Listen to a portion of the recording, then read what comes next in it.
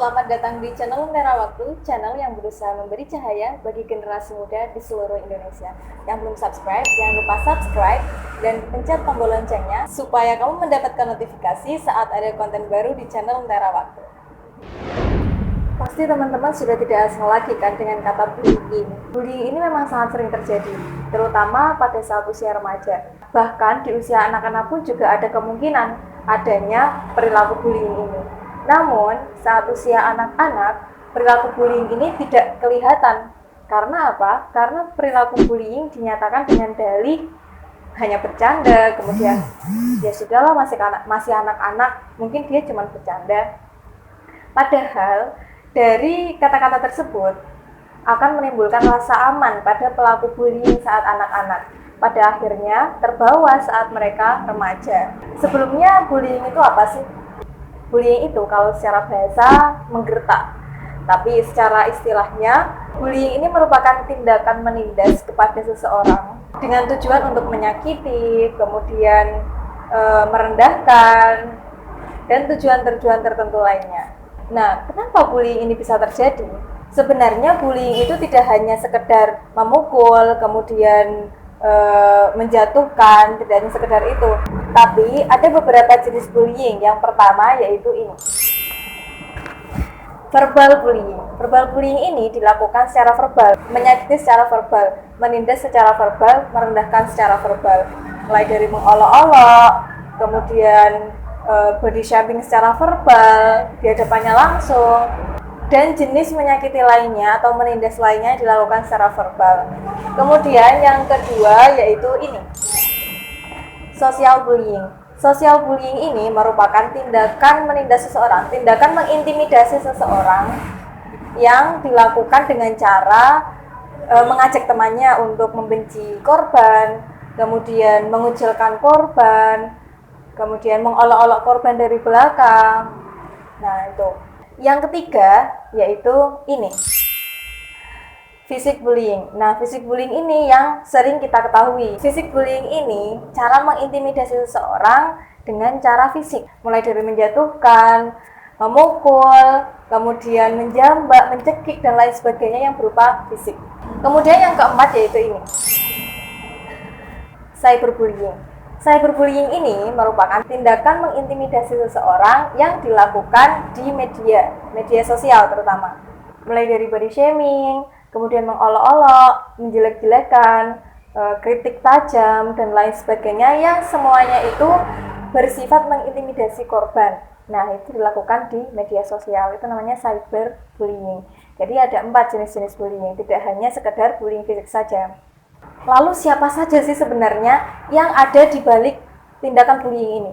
Perlu teman-teman ketahui bahwasannya tokoh dalam tindakan bullying ini tidak hanya orang yang pelaku yang melakukan bullying dan korban saja, tidak hanya dua itu. Tapi ada beberapa peran nih. Dalam sebuah jurnal yang menjelaskan tentang motif pelaku bullying menjelaskan ada beberapa peran saat terjadi bullying. Yang pertama yaitu bully. Siapa sih bully itu? Bully adalah orang yang melakukan tindakan bullying secara aktif. Kedua, yaitu asisten bully. Siapa asisten bully? Seperti namanya saja, asisten bully, berarti dia adalah orang yang membantu bully. Orang yang secara aktif juga melakukan tindakan bullying, namun dia hanya melakukan tindakan bullying ketika disuruh oleh bully tadi. Kemudian yang ketiga adalah victim. Victim adalah korban dari tindakan bullying tadi. Kemudian yang keempat yaitu reinforcer. Siapa sih reinforcer ini? Reinforcer adalah orang yang dia melihat ada tindakan bullying dan dia malah memprovokasi. Dia malah menyemangati pelaku bullying tadi. Dia tidak menolong dan tidak melakukan atau melaporkan apa-apa, tapi dia memprovokasi, terus-terusan memprovokasi saat terjadi bullying tadi. Kemudian siapa lagi selanjutnya? Nah, ini bagian terpenting nih. Apa? Yaitu outsider atau bystander.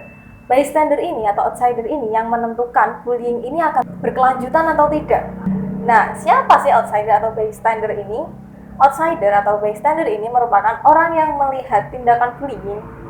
Dia melihat korban dibully. Dia melihat pelaku membuli korban. Namun, dia tidak melaporkan, dia juga tidak memprovokasi. Seolah-olah dia tidak tahu bahwasanya dia sedang melihat tindakan bullying. Padahal dia tahu sebenarnya, tapi tidak melaporkan. Nah, kenapa outsider ini sangat penting?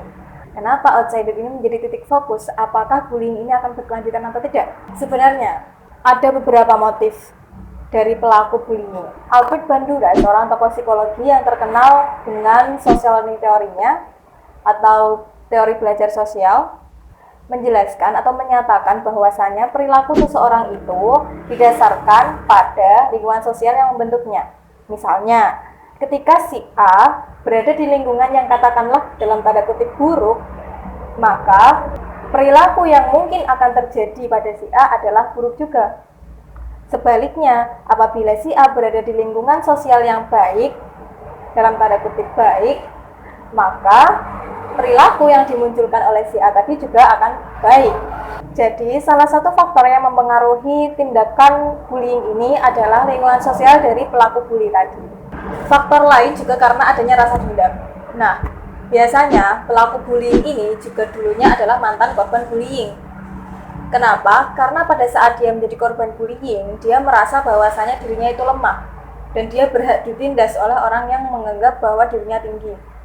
Kemudian akhirnya karena dia berpersepsi bahwasanya orang yang tinggi adalah orang yang melakukan tindakan bullying, orang yang kuat adalah orang yang melakukan tindakan bullying, akhirnya dia melakukan apa yang pelaku bullying lakukan terhadap dia. Akhirnya dia menjadi pelaku bullying juga. Jika hal itu terjadi secara terus-menerus akan menjadi siklus, bukan?